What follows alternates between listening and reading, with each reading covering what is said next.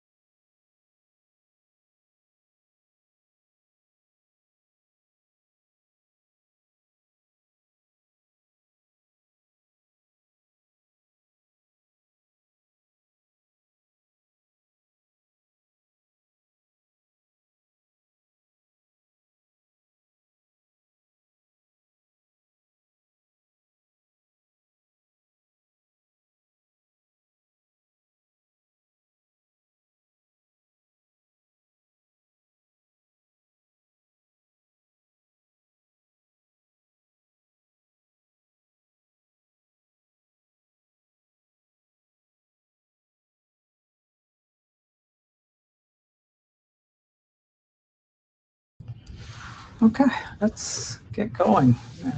4 minutes past, so we're ready to go. Um, okay, welcome to the OAUTH group interims. So let's keep going. As a reminder, no will applies here. This governs everything that we do at the IETF. So if you're not familiar with this, please make sure to get familiar with this. It is important. So we will be talking about the OAuth client ID prefix and client ID metadata today. We are reminded that we still have 2 more interims next week and the week after that. So that's our agenda. And if there is no questions, comments, I will hand it to Aaron. Aaron, can you hear me? I sure can. Okay. You should be able to share the slides, or should I? I can request slides. Okay, I shared it, and yes, now you can control There it. we, there we go. Thank you. Yeah. All right. Thanks.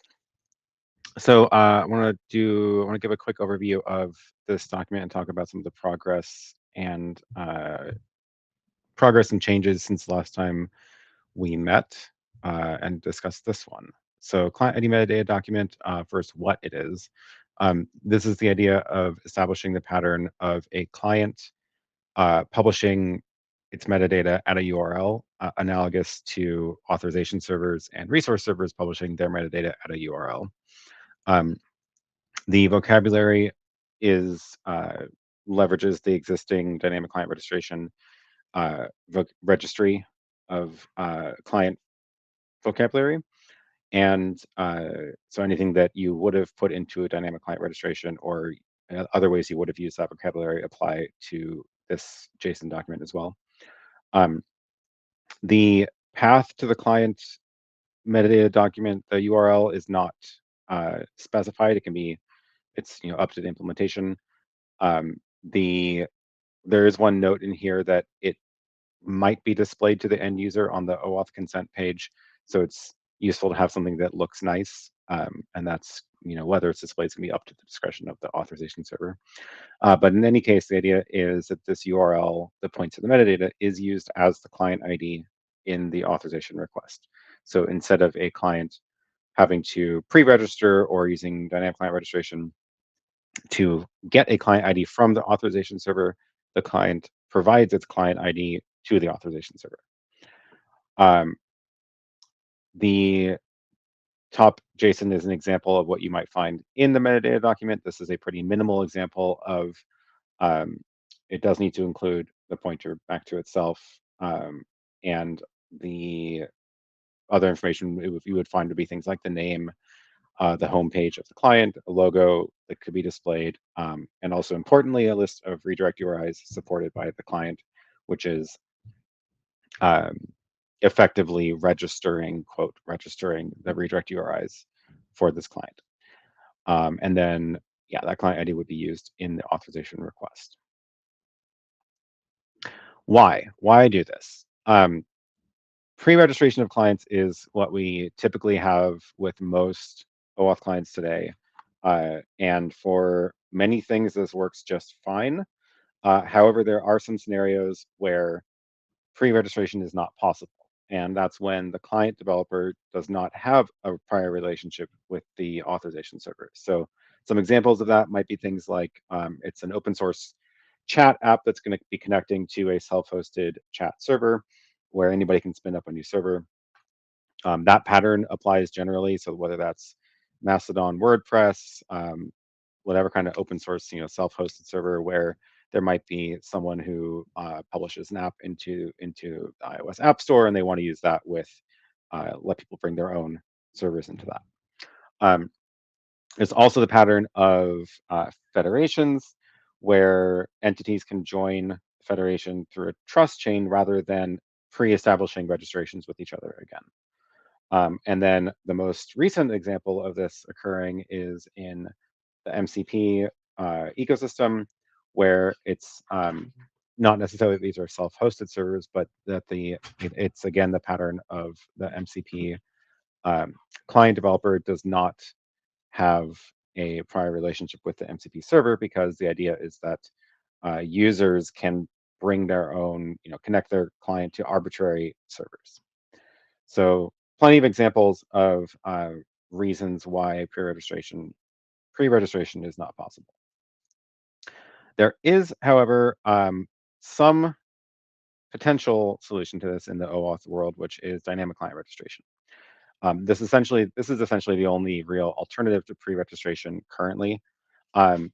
This is what has been deployed in many cases to solve this problem, but this brings a very large set of its own challenges.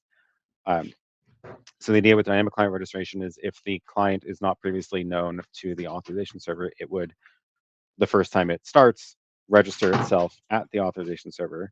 And I've kind of hand waved over how it knows what authorization server to use, but that's beside the point. However, then we have the problems like that authorization server has to maintain all of the received registrations for an indeterminate amount of time. That endpoint is also, by definition, public, where it can be, it's required that there's no authentication on that in this kind of open ecosystem. So there is rate limiting issues. There's no way to know whether a client is actually valid or legit. Some authorization servers that have done this then build cleanup processes that will go and try to find inactive clients or clients that have not been used, but clients don't have a way to know if they've been cleaned up. So then we end up in this weird situation where a client thinks it has an ID because it previously registered, and it then does not work with the authorization server because it got cleaned up. And there is an important reason why this is actually a problem, which is that an authorization server must not redirect back to a redirect URI if the client ID is invalid according to the spec. And we're kind of in a dead end here. So the other pattern then that kind of falls from this is clients will do dynamic client registration every time a user logs in to avoid this dead end, which means essentially the client will re-register itself for every login attempt for every user because it never knows if the client ID that it previously had was valid. None of this is great. And there's just a lot of operational issues with this scenario. MCP, new protocol this year, also references dynamic client registration. And when I was chatting with some of the MCP folks earlier this year about this, I specifically pointed out to them the example of these operational issues and said, this will be a problem for you. And sure enough, it now has come to the point where it is a problem in this ecosystem as well. It is also the case that in a lot of the places where MCP is trying to be adopted are places that don't want to open up a public dynamic client registration endpoint at all. And they actually don't want the sort of open ecosystem that it allows, and they would rather have it, lock it down. And that is in direct conflict with dynamic client registration. There is a sort of hook into here with the quote software statements feature in dynamic client registration, where it's not fully specified, so it needs more work to actually flesh this out. But the hook is there to essentially provide a JOT or some sort of some signed document with the client metadata in the dynamic client registration, where the key that signs it would be some sort of trust anchor. And there's a lot of some sort of here because it needs to get written down if someone was actually to do this. The major problem I see with this is interoperability.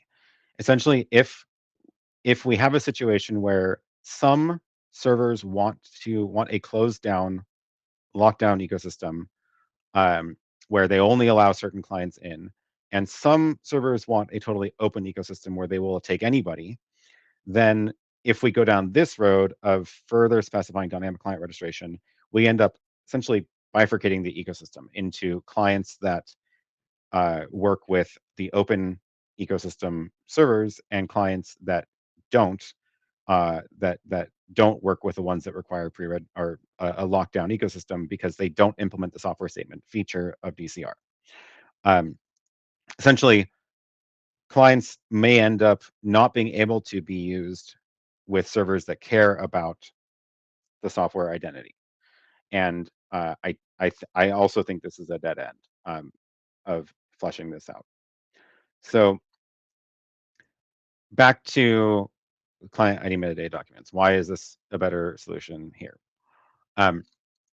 If you wanted to, the first example without the JWKS URI in here is a totally open world ecosystem where software can show up, present a client ID, it has the metadata about the client, and a server that has never seen that URL before can fetch the data and then show something to the user and proceed, and everything's happy. What happens if you do want to either lock this down or have some way for this client to prove that it actually controls this URL and isn't just using some other client's URL? We can bring in the JWKS URI from the client vocabulary, which can point to a list of public keys. And if we do this, then we can actually turn this client into a confidential client according to OAuth terms, because the client can use the private key as client authentication according to 723, and now it can sign things to the authorization server. A client that doesn't or can't authenticate to an AS because it can't be deployed in a way that can manage private keys would just not include the JWKS. But the important thing is that in both cases, every client would use its client ID URL in the flow so that an authorization server that cares about the policies can care about the policies and has the hooks available to allow specific clients or to block certain clients. But a client that doesn't know about an AS that's going to do that doesn't have to care about it. And without the JWKS URI, of course, this is a public client, and a public client isn't able to prove its identity, but it does still point to the redirect URIs, which does somewhat limit the potential misuse of client ID URIs. Misuse meaning one client uses a different client's client ID. Hannes, you have your hand up. Yeah, I was wondering about the JWK URI, and does that mean that the client needs to demonstrate possession of the private key corresponding to the domain? But how would he normally do that? Because, for example, in your you had example.com. If you have some clients which are typically on the end device, they are obviously not going to control the domain. So how would they have the private key in the first place? Yeah, I'm glad you asked. I have a whole slide about that in a couple of slides. So let me punt on that, because the client being an iOS app or a desktop app is definitely a different story. But for clients that are running on a web server, this is a very simple and straightforward mechanism, right? Yeah. So this client running on example.com as a web server, server-side client, obviously has the ability to keep private keys that and it publishes public keys up to this URL. But I will come back to the native app story in a minute. Oh, okay, that's excellent. The other question I had is, like, you raised a couple of points on the dynamic client registration, which I think are all valid, and I've heard them sort of a couple of times before. And I'm wondering, independently of your draft, should we actually revisit also the dynamic client registration to deal with some of those issues? Because some years have passed and we have learned a lot about the way it works, and we had some initial expectations, but I think, some things didn't work out as planned. I think that I think for this kind of use case of this kind of ecosystem, I really do think dynamic client registration is a dead end. I just think there's too many awkward things that you would have to solve and they get solved in less than ideal ways to do it. There is, however, the whole other set of use cases around, which I think are coming up on one of the next interims, about workload identity and dynamic client registration for those clients. That I think is interesting to talk about, and I do look forward to those sessions because there's some good proposals on that. But those are very different use cases than what I'm addressing here. Okay, so we punt the question to a later stage. Well, I think that the question of does the specific dynamic client registration spec and mechanism make sense for this kind of ecosystem I'm talking about here, I think the answer is clearly no.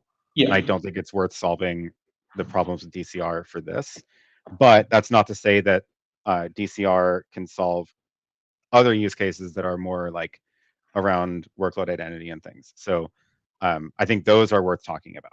But that's a different subject. Dynamic client registration wasn't really written for workloads. It was written for other use cases, and I'm worried that your concerns that you raised are applicable to the use case it was initially written for. So, but maybe that's a separate discussion.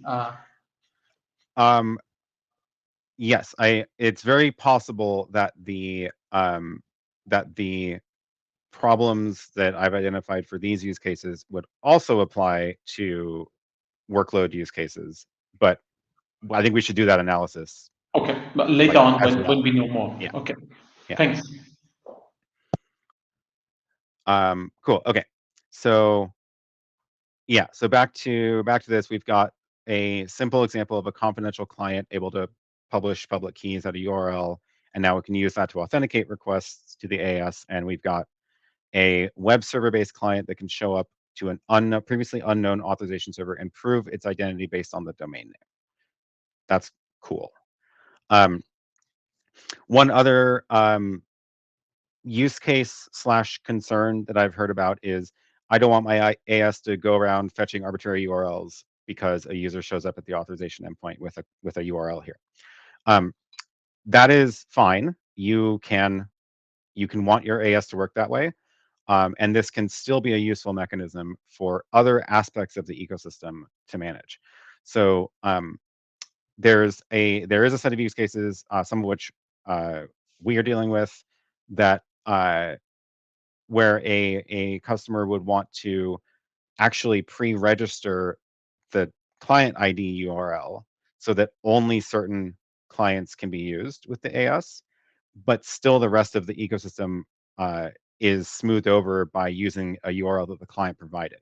So, for example, if we look at a enterprise or workforce use case where typically enterprise admins want very tight control over what software comes in to the company, they're not going to they're not going to allow arbitrary software, and they definitely don't want their AS to be fetching random documents on the internet. But they still want to let new software appear that and onboard that software into the company. So we can leverage that here. We could even do fancy workflows like a user can attempt to log into a new web server app that is not onboarded yet, and instead of just erroring out because it didn't have a client ID, or instead of there being no path forward, you could at least put it into a approval queue and say, someone can go and approve, like, oh, this, I see we've got 20 requests from users who want to use this software. Maybe we should, click the allow button and allow this client ID in. Or admins can just pre-enroll client IDs or even domain names.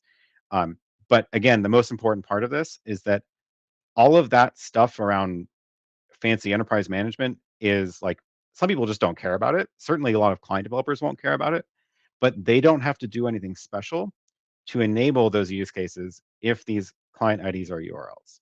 And that's, I think, the really special thing here. Amelia, did you want to add something? Yeah, so related to this, there is the security concerns around, hey, well, a client ID metadata document can contain literally anything. So there's the phishing and the sort of abuse side of things here. And with that, I think there's sort of multiple levels of trust that you can apply to a client ID metadata document, which is the very lowest being you just display the URI of the client metadata document and emphasize the domain name. That is what Blue Sky does by default for all of their OAuth flows.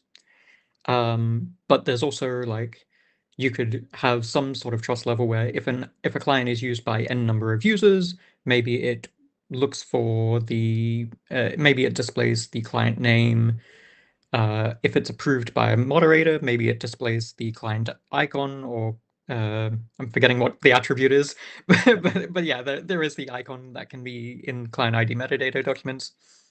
Perhaps if there's some sort of two-way binding between the web URI or the TOS URI and privacy policy URIs and the client ID metadata document, like a link rel relationship from those documents back, then you could display those documents because you can prove that those privacy policy documents are actually the privacy policy documents for that client.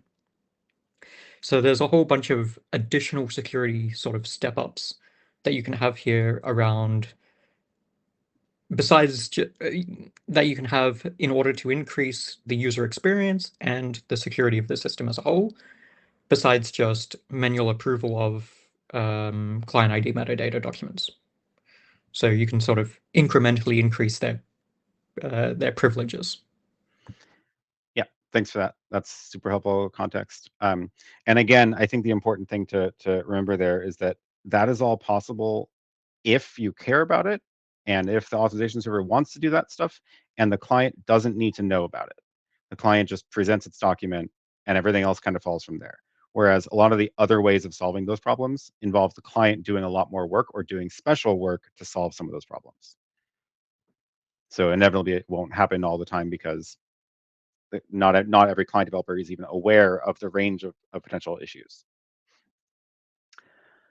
Great. So, okay, now to Hannes' question about native apps. How does this work for native apps? Obviously, a native app can't host a document at a public URL. Separately, iOS and Android specifically have platform attestation services. These have been discussed in the context of the attestation-based client authentication draft here in the past. That draft essentially establishes this idea of a client attester backend service, which is, this draft is very carefully written to not mention iOS and Android specifically, and the iOS and Android mechanisms themselves are not part of the draft. But this client attester backend is the one that's responsible for knowing about the platform-specific APIs around attestation. That client attester backend is the one that validates the iOS and Android generated tokens that it gets to, so that it can know whether iOS says this is the quote real app. And because this has to be by definition a backend service, that can host the private keys. So the client attester backend can hold the private keys that are published at the JWKS URI for example.com. And now, because obviously app developers want a website for their app, they can have a website for their app that hosts the client ID metadata document, which is just a static document. That can link to the client attester backend's JWKS URI, which then now you've connected all the dots so that a iOS and Android app can actually provide JOTs signed with the private key that's at that JWKS URI, just like a confidential client could or a web server client could. So this, I feel like, is a super cool way to apply to bridge this gap between mobile apps and actually proving their identity at an authorization server. Does that answer your question, Hannes? In some sense, yes, because a while ago, Ned Smith and a couple of others published a document that defines how remote attestation works in dynamic client registration, and it basically mimics what you just said about. Okay. Peter? Yeah, I think this pattern seems to be quite common, Aaron. So just to clarify, I think based on the conversations we've had, this client attester, it can basically be any service that ends up issuing JOTs to a client, and the client then presents those JOTs back to the authorization server, right? And then I think the way you described it is you can then verify, the JWKS URI points to the client attester backend server signing keys, and then you can authenticate and effectively verify these JOTs, right? That's kind of the pattern. That sounds right. Okay. Thank you. Great. Okay, so I want to go through a couple of places this is being used currently. So we mentioned Blue Sky already. This is how Blue Sky's OAuth service works. So this is an example. I actually don't know if this is current. This was a screenshot from a couple months ago. But this is the consent screen from Blue Sky, where you can see it's actually displaying in bold the domain name of the client, and it does show the full path to the metadata document. I don't actually remember how much of the sort of upgrade path Emilio described is actually implemented here, but this mechanism is live here. Oh yeah, do you want to chime in, Amelia? Yeah, so the design here has changed a little bit since Blue Sky originally only had a very restricted number of scopes for clients to use, and they've since added something equivalent to RAS for doing scope management. But overall, yeah, the design there is more or less correct.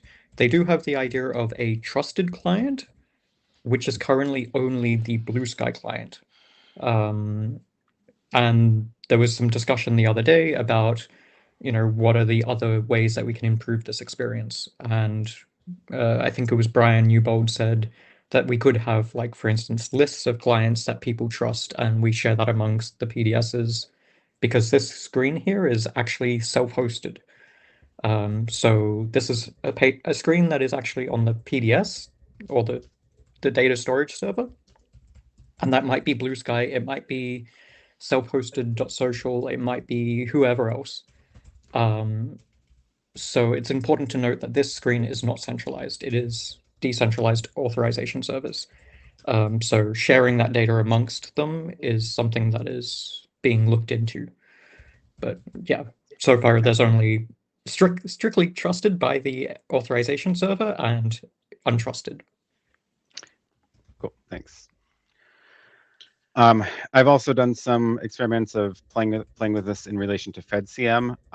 Again, with the situation is that the clients show up to servers that haven't seen them before. It actually plays very nicely with FedCM with this little pop-up appearing, and because it needs a client ID in order for this whole flow to work. The client ID being the URL makes a lot of sense for this. There's a couple other ecosystems that have adopted this. There's some work in Mastodon that's considering adopting this. And the most recent ecosystem looking at this is MCP. So there's an issue here proposing to adopt this mechanism for MCP clients as an alternative to dynamic client registration. This issue has a good write-up of the summary, and there's also a blog post on the Model Context Protocol blog that has a very good analysis of this if you're curious as well. One other interesting use of this is only sort of related to MCP, but this is my other recently adopted draft, the Identity Assertion Authorization Grant. I won't go into the full description of this flow diagram. This is from the this is the Identity Assertion Authorization Grant, which is a profile of identity authorization chaining, which itself is a token exchange followed by a JOT assertion grant, which is a lot of words to say all in a row. But the interesting thing here is in this example of the Identity Assertion Authorization Grant, one software, the requesting app, also called the OAuth client, is trying to actually talk to this resource app, or it needs a token from the resource app's authorization server, which it's going to get by negotiating through a common identity provider, enterprise identity provider, likely. What's interesting is that if you don't start with the assumption that we have typically been starting with when we've been looking at applying this, of there being a prior relationship between the two applications. Let's say, so if we look at this in like without the Identity Assertion Authorization Grant, the traditional OAuth flow is client is trying to get a token for the resource, requesting app's trying to get a token for the resource app. In other words, client's doing an OAuth flow to the resource app's authorization server, which would just be a typical OAuth redirect flow.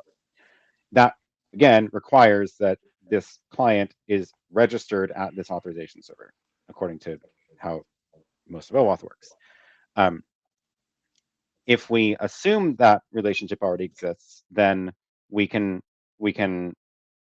go through the Identity Assertion Authorization Grant and do this intermediate token thing where the part I've highlighted in red is where the client ultimately shares this JOT assertion grant to the authorization server. But in that JOT, we need the representation of the client, which needs to be the registered client at the authorization server, which actually creates it's not unsolvable, it's definitely solvable, but the IDP needs to be aware of the relationship between the two, which is, it's just complicated.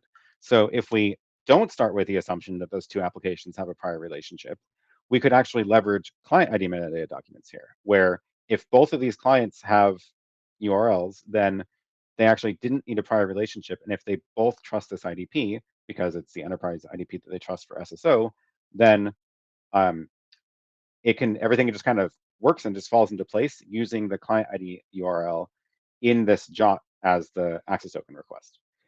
Hopefully that made sense. It makes sense in my head, and I think it's very cool. And it really just simplifies a lot of the operational parts of this. So this is just all to say, I see so many different use cases for this in a lot of very different parts of the ecosystem, and there's actually quite a lot of interest in this in this work to pursue it. So a lot of that work is already happening, and I would love to actually formally bring this in so that we can work on actually standardizing this. That's the end of my slides. Any questions?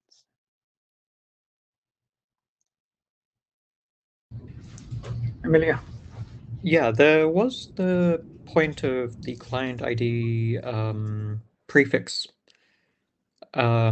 which so far I don't think we've seen any services that have deployed both the client ID metadata documents and another client ID that uses a URI or something similar in the wild, and it's been about a year now at least, I think, since we introduced the client ID metadata documents. If anyone's aware of any authorization server that actually implements and supports both simultaneously, that would be of interest, I think. Yeah, so I didn't want to spend too much time on the prefix question here, but it is definitely worth mentioning. If we go back and look at the example on this slide, the client ID here is a plain URL, which means in order for an authorization server to process this, it has to know that when it sees a URL, it should fetch it and expect what at the other end, something at the other end, right? We can do things like put similar to jot typing, put type markers in the metadata itself if we ever wanted to plan for versioning or other formats or whatever, that's fine. But the prefix issue is, question is, should there be a prefix on this client ID so that it's an indication to the authorization server of like which fetching method to follow? As in, should it fetch the URL directly, or should it do what OpenID Federation does, which is tack on the .well-known OpenID entity or whatever that URL is? Because if an authorization server at the same authorization endpoint wants to support client ID metadata documents and OpenID Federation, it would have to guess or try both different resolution methods in order for that to work. But like Amelia said, we haven't seen any of those in practice. And this, I also mentioned that there's this ecosystem based on in the IndieWeb community that has been doing similar things to this. It's only recently adopted the client ID metadata JSON structure, but the idea of the client ID being a URL goes back 12 years at this point. And that ecosystem also is only ever going to have this one thing that a client ID URL means. So it hasn't been a problem in those 12 years either. Peter?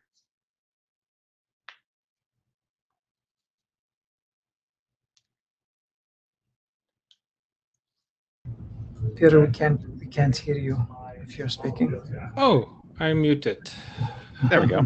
We need another pandemic to teach me about mute buttons. I did not say, oh, this is unfortunate. Okay. So I think, so my question, Aaron, is the use case that I am thinking about and that I talked about last week as well is sometimes these clients may already have credentials and they may already have client identifiers that are represented in these credentials, subject alt names or subjects, etc. And so I'm trying to figure out if this prefix spec could give us a path to allow saying, here is the place you get the metadata for this client, but use this is the subject, or this is the client ID you should use, right? Because right now in the client ID metadata spec, you always expect it to be a URL, and that URL points to the metadata location, right? And those things are, for some use cases, that'll always be true. But then I also see these enterprisey type use cases where there's a per instance identifier. There is already sort of a set of credentials being provisioned that these workloads could potentially use, but using this metadata discovery mechanism could actually be very beneficial as well. And so I'm trying to figure out, your thoughts on combining the prefix specification to sort of communicate the difference between, here's my metadata URL, here's the client ID that you'll see in my credentials. Are you suggesting that there is still this JSON document at a URL, or no? Yes, there's still a JSON document at the URL, so I can still go and find that, get all the metadata, the redirect URI, pointer to the keys, right? Potentially to do the authentication piece. But then the client ID itself may be per instance, right? So or it may not be a URL at all. It's a unique identifier for that instance of a workload or of a client. Interesting. If it's a per instance client identifier, I feel like it's not this mechanism, right? Because or are you suggesting you want a way to add a per instance identifier to this idea of a single JSON document describing a client family? Yeah, so basically combining these two ideas, right? So effectively you have your prefix. So you have this client. Effectively, the way I read the prefix document is you're structuring the client ID in a specific way, right? So you can point to here's the client ID or here's the metadata URL. And then the other question is, can I actually just define my client ID in there, the one that will actually be included in the credential that I present? Because I'm trying to find a way to have these existing per instance identities or credentials that's been issued to clients be compatible with this registration mechanism, right? So I think I'm with Brian. Prefix doesn't seem like the right tree to bark up. Here's my take on that. This document would be a static document that describes the metadata of the whole family of clients, right? But it points to a JWKS URI. The JWKS URI can hold multiple keys. So each individual client instance might have its own separate private key. But all of those public keys could be at this JWKS URI. Does that make sense? Does that? I understand what you're saying. I just didn't think that works in practice necessarily because because of the dynamic nature of some of these clients, right? Or worklets, right? They're going to come and go. They may not even have keys at the time when they get spun up, and there's no time for them to go and publish keys, right? They're okay. Yeah. So I guess what are you trying to pull from this draft idea then? All the metadata information, right? So what's elegant is a way to say, here is a metadata document, right? That contains all of the information that I need for registration, including something that points to the issuer key for my credentials that I'm going to present, redirect URIs, all sorts of other things. But I don't want to use a client URL. I don't want to use a URL as a client ID. I have a different ID that conforms to something else. It's a GUID, it's a SPIFFE ID, it's something included in a projected service account token in Kubernetes. I want to use that thing because that defines my specific instance. Okay, where's the link between that and the metadata document then? So this is the wrong tree that I think Brian is. This is the prefix spec, right? So basically, in that prefix, when you send the client ID, you have the client ID metadata URL, and then you also have, here's my instance client ID that I want to use when you do the registration. So you're essentially saying a 3-part client ID, a prefix, a URL, and an identifier. There you go. That's the direction, okay. Right? Interesting. I suppose that could work. Not quite sure how to reconcile the. I think that needs further specifying in the particular application ecosystem that's defining the actual where the IDs come from, in order to link it back to this metadata document. Because again, one of the things I mentioned at the beginning is there's we do need the client ID in the document to match the client ID that's in the request. We need some link there. So you would need to reestablish that link for this case where the instance IDs are not part of this document, but that's all like going to be very dependent on whatever mechanism you're talking about is creating the instance IDs, right? So I think it might be a profile that's defined there. Okay, that's interesting. And of course, the other way to have that link is to have the client URL in the credential, but not as the actual subject of, say, the JOT or something like that, right? That's sort of the other path. Okay, thanks, Aaron. Appreciate it. Thanks for the time.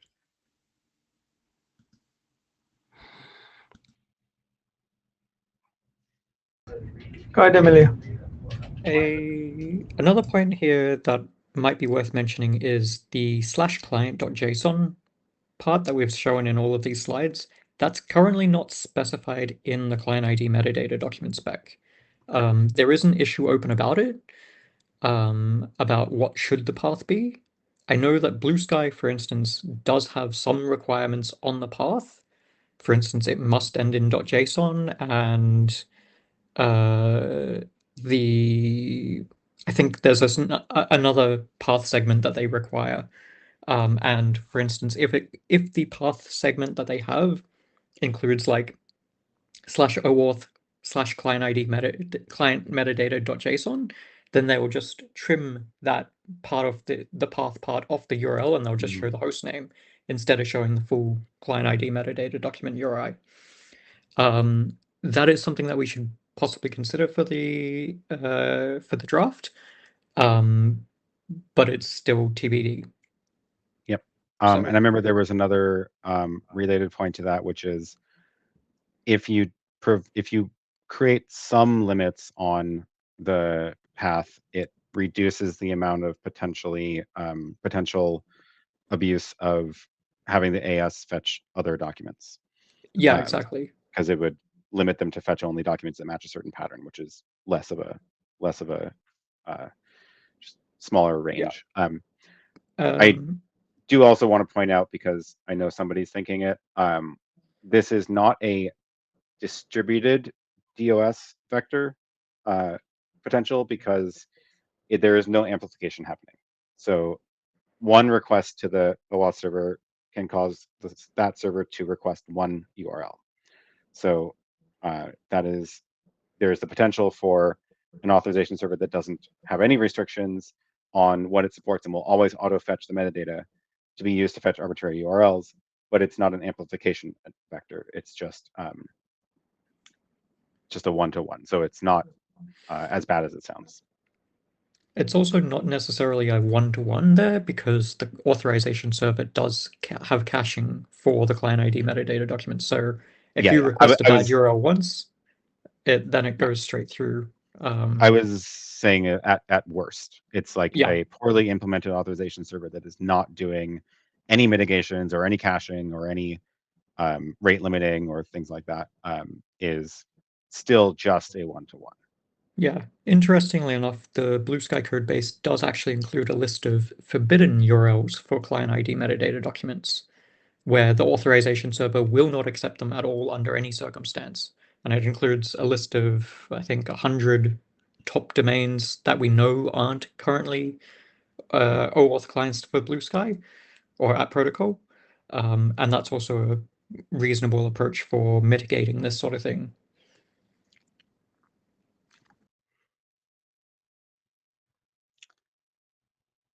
Thanks.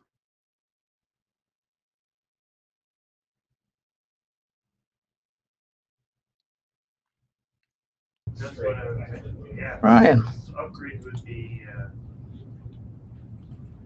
I was on cue to fight with Peter and then dropped off. I'll take that later. But I do want to just chime in with a question, affirmation. I don't know. I think this is really, really valuable work. And like Aaron noting some of the shortcomings and difficulties that have been seen with dynamic client registration. This is not a panacea. It doesn't fix all of that, but I think it provides solutions for a pretty significant number, or at least potential solutions for a pretty significant number of deployments. And I think I think this is work we should consider pursuing. I don't know what the plans are out of this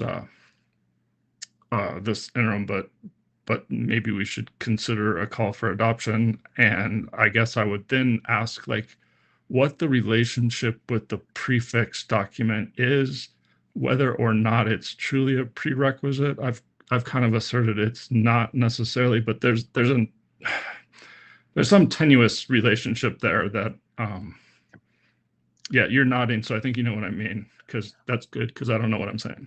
No, I know what you mean. The way I see this is that there are valid and perfectly fine uses of this metadata idea as a plain URL, as a client ID, that will never need the mechanism described in the prefix draft. And I wouldn't want to exclude those use cases. So that's why I haven't pulled the prefix into this draft itself. There may be cases where the prefix is needed for certain ecosystem deployments. So I also think that's a useful mechanism, and it is deployed also because it's we pulled it from OpenE for VC. So they're complementary.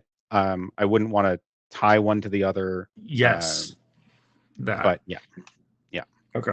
And Peter's new use case for it is very interesting as well, I think.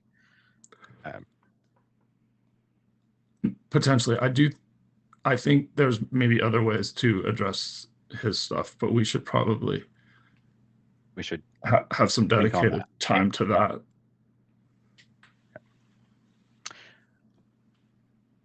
You also mentioned it doesn't solve all the problems with dynamic client registration.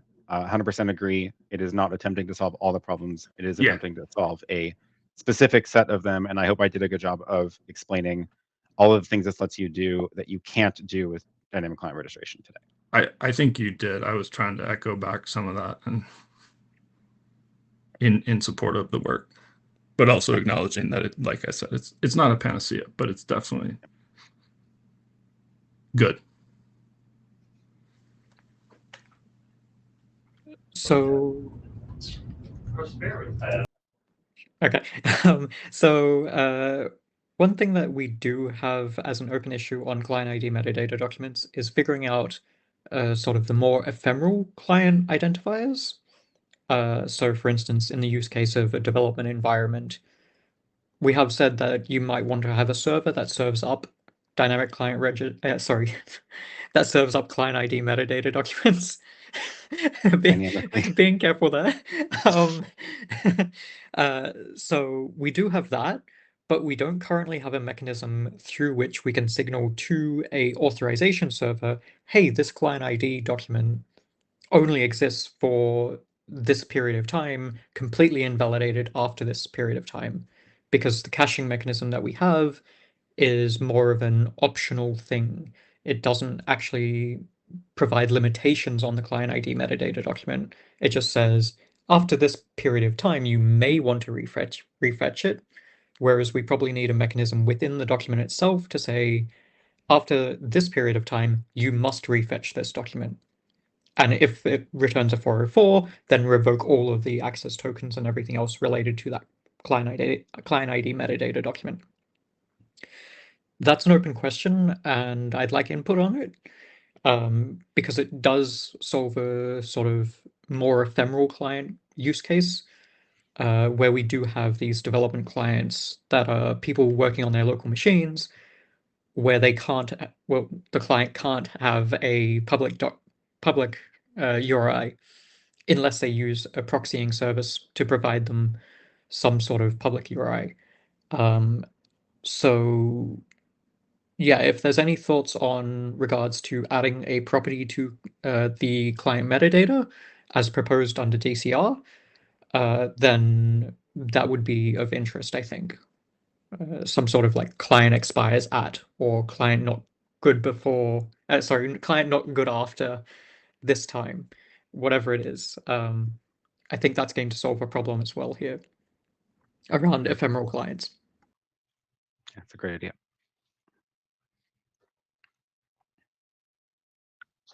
Aaron, since Brian brought it up, I was wondering, what are some of the cases where this document doesn't solve the use cases dynamic client registration solves?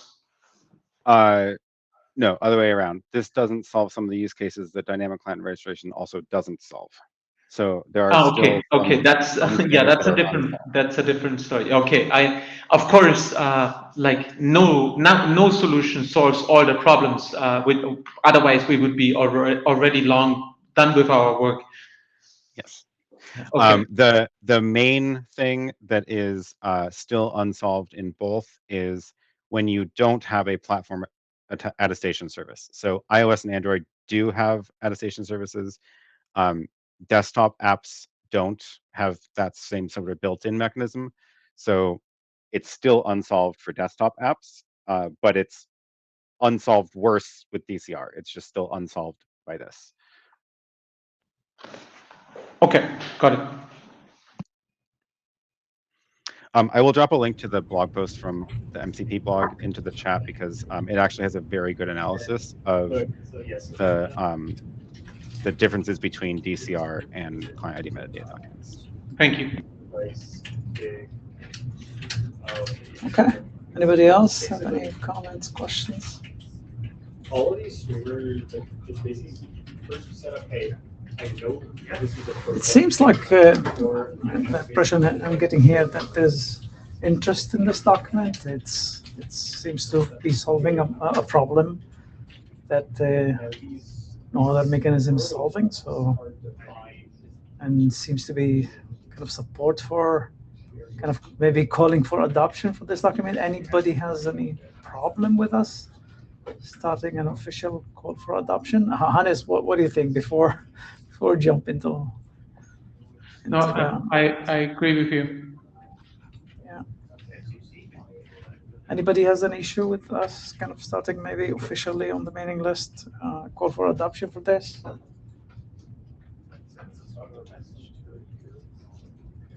Okay, I don't see anybody.